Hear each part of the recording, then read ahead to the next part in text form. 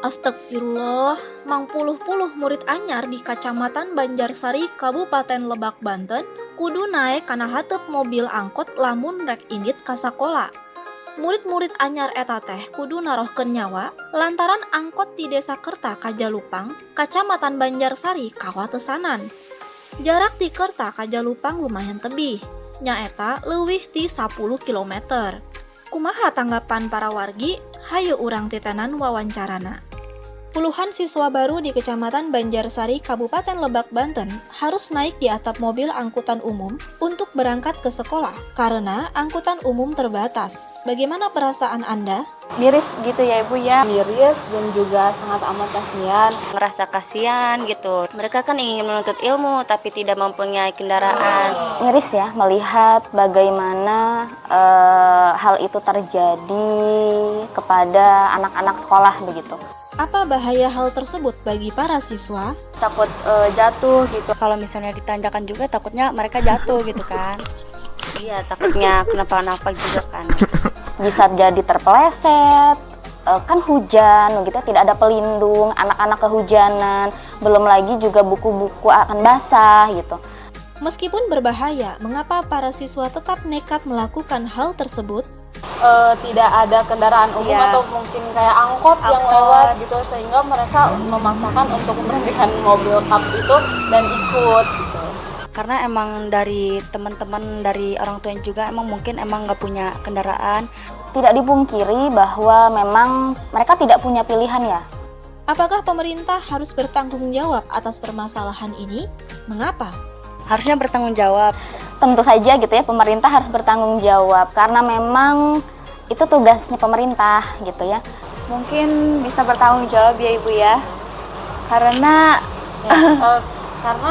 menurut kami atau dari pandangan kita aja nih, pemerintah bisa lihat kalau betapa bahayanya jika anak-anak terus melakukan hal yang seperti itu. Apa yang seharusnya dilakukan oleh pemerintah? Sebagai warga negara, kita juga bisa mengusulkan atau memberikan saran untuk pemerintah lebih memperhatikan lagi akan kondisi dan jalan dari mungkin terbilang juga pelosok kali untuk menyediakan bus untuk antar jemput ke sekolahnya. Misalkan di sekolah itu tidak mempunyai fasilitas yang baik dan kurang, itu harus dipenuhin misalnya. Termasuk juga fasilitas untuk transportasi. Mengurus rakyatnya dengan baik, salah satunya menyediakan transportasi agar masyarakat itu bisa menjangkau atau terjangkau, baik dari segi biaya atau dari segi jumlah trayek angkotnya. Karunya pisannya ka murid-murid ieu teh dulur muslimah. Kumaha Islam ngajawab masalah ieu? Hayu urang titenan panerangan ti ustazah. Like, komen, sareng share saloba-lobana. Puluhan siswa baru di Kecamatan Banjarsari, Kabupaten Lebak, Banten harus naik di atap mobil angkutan umum untuk berangkat ke sekolah. Para siswa baru tersebut harus bertaruh nyawa karena angkutan umum dari Desa Kerta menuju Jalupang, Kecamatan Banjarsari terbatas. Akibatnya, para siswa baru tersebut dan siswa lainnya harus naik di atas kap mobil angkutan umum. Guru MTS Negeri 5 Lebak, Fatur Rahman membenarkan bahwa para siswa baru di MTS Negeri 5 Lebak harus naik di atas kap angkutan umum agar mereka bisa berangkat ke sekolah atau madrasahnya. Kondisi tersebut akibat minimnya angkutan umum di wilayah tersebut. Bagi orang tua yang tidak memiliki kendaraan, membuat anak-anaknya harus naik angkutan umum. Untuk itu, siswa baru yang tidak kebagian kursi di dalam angkutan, mereka harus naik ke atas kap angkutan umum agar bisa berangkat ke sekolah atau madrasah. Naik di atas kap angkutan umum sangat membahayakan bagi anak-anak tersebut karena dengan tidak standarnya keamanan berkendara sangat rentan anak-anak jatuh dari mobil angkutan umum yang pada akhirnya adalah mereka kehilangan nyawa akibat kecelakaan dari berkendara yang tidak aman. Jika ini terus dibiarkan, maka sangat mungkin akan banyak korban berjatuhan. Mengabaikan aspek keselamatan dalam berkendara sangat berpotensi mengakibatkan kecelakaan lalu lintas.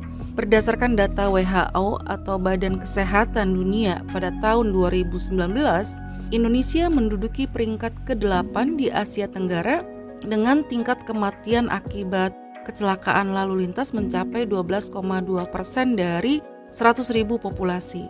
Menurut informasi yang berasal dari Badan Pusat Statistik atau BPS, dalam rentang waktu dari tahun 2019 hingga 2021, tercatat adanya peningkatan insiden kecelakaan lalu lintas di Indonesia.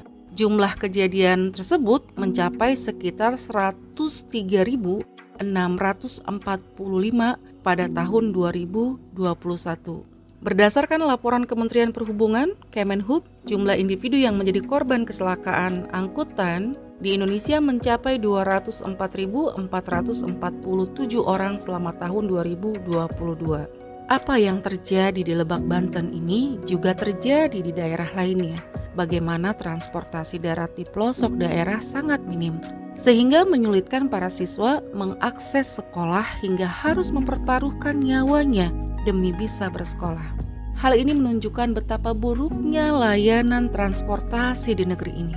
Ini adalah buah dari kepemimpinan penguasa dalam sistem demokrasi kapitalisme. Negara lepas tanggung jawab dalam melayani rakyat. Dampaknya, kemaslahatan publik tidak terpenuhi. Transportasi sulit didapatkan, hanya tersedia di perkotaan dengan harga yang mahal.